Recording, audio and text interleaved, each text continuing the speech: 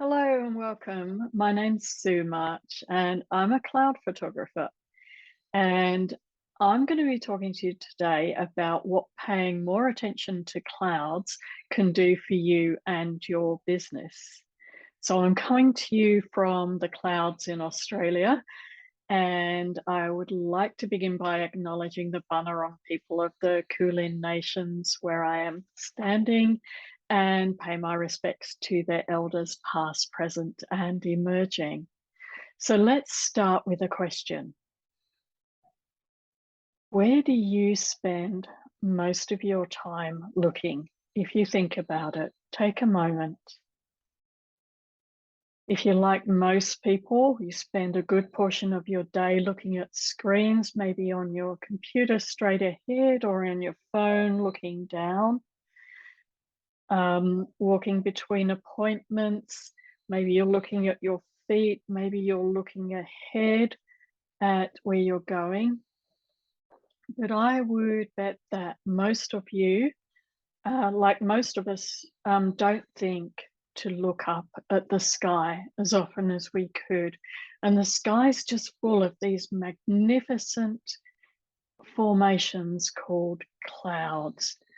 I believe that clouds are truly underappreciated. They're not part of most people's everyday lives. But I just love clouds.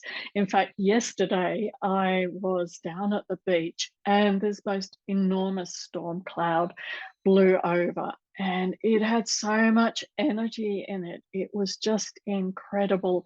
It changed the entire landscape within a matter of minutes and I just felt so energized. I got soaking wet, but I didn't care. It was just amazing to be a part of it. One of the things I like about clouds is their beauty, of course, just like the way that the light shines through them or refracts off them at sunset, sunrise. They're just absolutely beautiful and mesmerizing to me. But I also like the way that they give a perspective to our outlook on life. So when you know just a little bit about them, it can really change the way that you see the world. So the highest clouds are right at the top of the atmosphere, and they're formed from ice crystals because they're so high up, the water's frozen.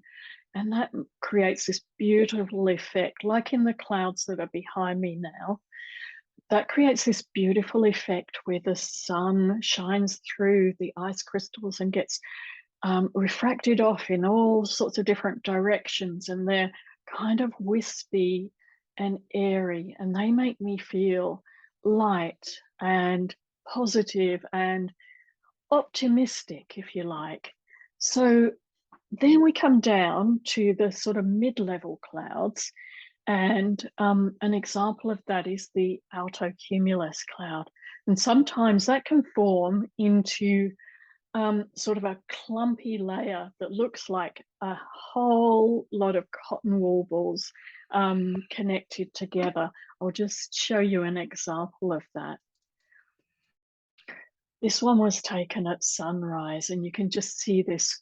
I called it first blush because of the color pink, and it just made me think of that. And I love these clouds because they just remind me of a duvet and being covered and feeling warm and secure, and it gives you a feeling that you can trust the world, and you can let go and relax. And then if we come down to the lower level of clouds, these are the ones that everybody thinks of as clouds, like the cumulus cloud. It's that fluffy ball of white cloud, the ones that children lie on their backs and gaze up at the sky. Do you remember doing that as a child? And, your imagination can run wild as you think of all the different shapes you can see in the cloud. So it's good for our imaginations. Um, and then that cloud begins to grow and it looks something like this one I'm about to show you. So it becomes a cumulus congestus and it gets so much energy and it starts to rise, and this will eventually form into a full-blown storm cloud like the one I experienced yesterday. And the energy in a storm cloud is just astounding. Just it contains thunder and lightning and just the effect that it can have on us. It's really, really energizing. And then another thing I like about clouds is there are all these fun facts. Like, did you know, like, even a medium-sized cumulus cloud, the water in it can weigh as much as 80 elephants? Can you imagine, like 80 elephants up there in the sky? How could that be? And so when you start to think about it, though, a cloud is a formation. It's not an actual static thing. So it's not 80 elephants worth of water just sitting there in the sky. It's actually formed from all these tiny droplets of water that cooperate together to create this beauty for us. And, you know, that makes me think of the sense of connectedness that we get as a community, and I like to think of the cloud as a community of water droplets or ice crystals. And all of these emotions and feelings that we can get from clouds are really useful in setting up a business because we need that perspective. And to be connected to something bigger than ourselves, to create a vision for our businesses. We need that sense of connection, to be connected with our clients. And we need our imagination and curiosity to think about, what are the possibilities and so on. So I'm going to tell you a little bit about how this all started for me, because I didn't really grow up thinking about clouds very much. In fact, it was relatively recently, in the last 10 years, that I actually became interested in them. And it all started for me one day when I was walking home. I was not in a good mood, not in a bad mood. Everything was relatively okay. But I do have a tendency to worry, so I was probably a bit worried about or thinking about something, some kind of thought loop going in my mind. And I turned around the corner into my street where I lived, and I looked up at the sky for some reason, and there was just this most amazing formation. It was in the shape of it was kind of these rows of fluffy white clouds fanned out a bit like the fingers on my hands. And the way the sunlight filtered through them was just magnificent. I was mesmerized, and I took my breath away, and I just instinctively reached for my phone camera. It took me a little while to get it out of my pocket, and while I was fumbling around, the sunlight changed and it wasn't quite so beautiful, but it was still interesting. So I took the photo, and I'd heard about this organization called the Cloud Appreciation Society. So I sent it in to them, and I a couple of weeks later, I got an email saying that they'd featured it on their website, and they'd called it Cloudy Fingers, just as a bit of a joke after the shape of the formation. And that was a bit of a thrill. And it kind of piqued my interest in clouds. And I'd like to say that, everything was rosy from there on. And, I set up my business, and I'm a millionaire, but, things are not actually like that in reality a lot of the time. And over the next few years, it was a actually really quite difficult time in my life. I had one big life event after another, after another, after another. I was really under the pump. I'd committed to doing too many things myself. It's under financial pressure. And, to cut a long story short, I was feeling like a hamster on a hamster wheel, pedaling faster and faster. And I couldn't keep up, so many worries. But I was doing all the right things, and one day I was sitting out on my balcony, meditating, and I had this habit of meditating every morning, and then I would write in my journal. And one morning, after meditating, I opened my eyes, and the moon, the moon was shining this beautiful blue light towards me, but it was filtered through this veil of clouds. I can only describe it as a veil of translucent clouds, which was like this. It was the cirrus clouds, the high ones that are formed from ice crystals, and it was just so beautiful. I was literally um, blown out of my mind. Like my eyes popped open, my jaw dropped. I took in a deep breath of air, and all the worries that I ever had just faded away instantly. They were obliterated.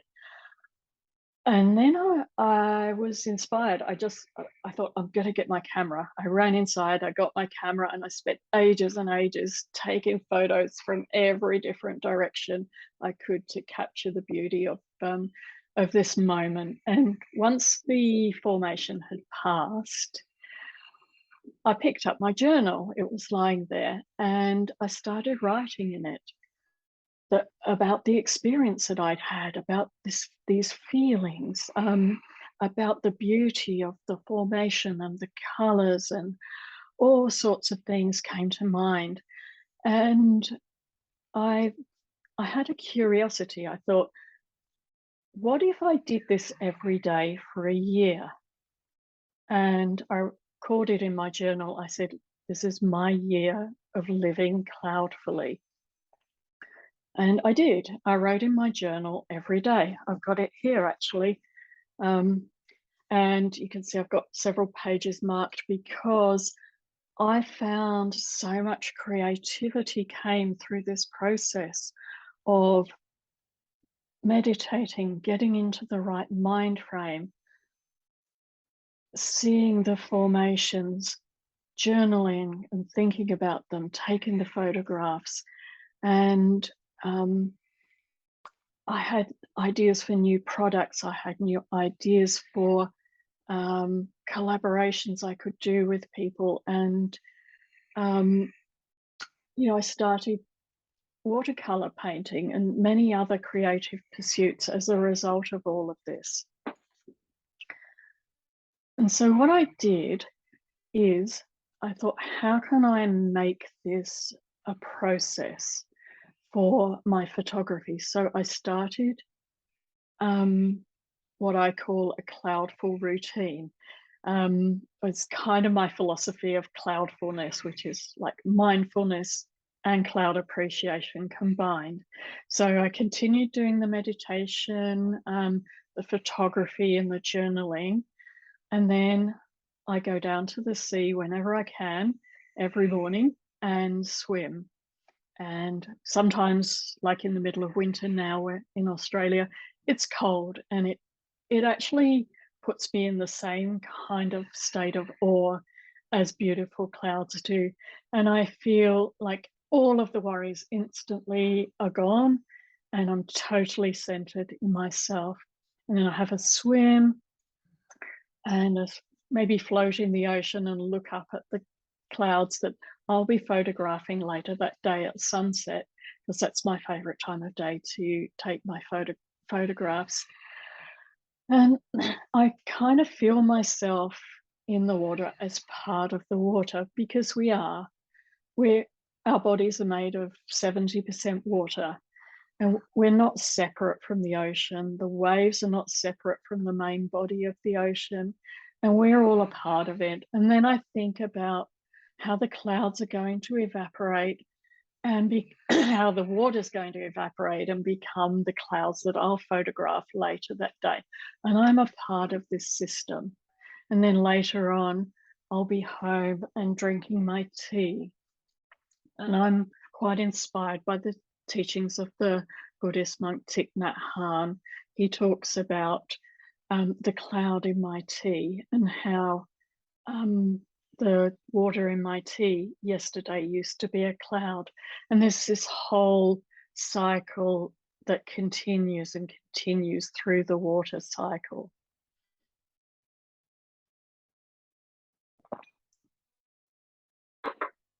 And so what I find with my photography is that I can really inject a lot of energy into my business by focusing on this emotion of awe, because emotions are energy and we need energy in our business. And awe is one of the most powerful emotions. So I start my photography from seeking out that feeling of awe. I go to my photo expeditions at the right time of day to where I'm almost sure I'm going to have an experience of awe, like at sunset or sunrise. And it's the clouds that form the beauty of the sunsets, in my opinion. And then it continues through this cycle of creativity and producing the photos and publishing them on Instagram, on my website, and so on, creating new products and collaborations with them. But I also like to finish the cycle by putting something back, that feeling of generosity, of donating part of the profits to other businesses and organizations that I want to support really helps me. And by doing this, I kind of created a happy money cycle in my business to complement the water cycle that forms the subject of my photographs. And so I'd like to wind up this talk by leaving you with 3 suggestions for you to create an awesome heart-centered business. The first one, of course, is for you to find your awe. Think about the feeling of awe that you um, have experienced in your life. And what the researchers also suggested was writing about your awe and experiences of awe in great detail, recalling the feelings and everything that was happening for you, really increases your well-being over the long term. So maybe keep an awe journal or photograph the scenes if that's appropriate to you, and somehow just regularly reflect on the feelings of awe that you get. And that will help you to create a bigger vision for your business than perhaps you would have expected. It's certainly helped me to create a bigger vision than I ever would have thought possible. My second suggestion for you is to think about how you can create a happy money cycle in your business.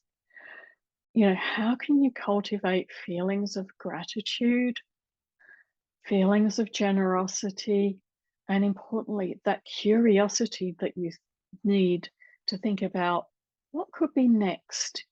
What could be possible in my business? And, through that happy money cycle, find something to support and put something back so that you keep the energy circulating, you keep the money circulating. And then my final suggestion for you is keep looking up, because we have this amazing resource up there in the sky that's free. It's available to everybody, everywhere, every day. And it creates this great feeling of abundance and connection and all of those feelings that will help us in our business. I like to think of the clouds as my mindfulness bell in the sky. So when I connect with a cloud, not all of them are absolutely awe-inspiring. Sometimes they're quite mundane, but they always make me appreciate the cycle of life, the water cycle, and perhaps the happy money cycle. And it takes me out of any worry or fear that I might be experiencing. And as luck would have it, or serendipity, we are finding ourselves together on this day. And the 16th of September is actually the first Cloud Appreciation Day that's been launched by the Cloud Appreciation Society. And they have put together this opportunity for everybody around the world to contribute a photo of a cloud that inspires them. And that will go towards the World Cloud Atlas. So I've put a link where you can connect with this on my website, which is called cloudyfingers.com. So, and while you're there, I've also created a free gift for you, which is an image that I photographed. It's absolutely inspired by the awe that I felt as I took that photo. And it has some words of encouragement that I think will help you in your business. So I'd love to connect with you. Go over to cloudyfingers.com and connect with me. And finally, thank you for coming. And I wish you every success with your heart-centered business.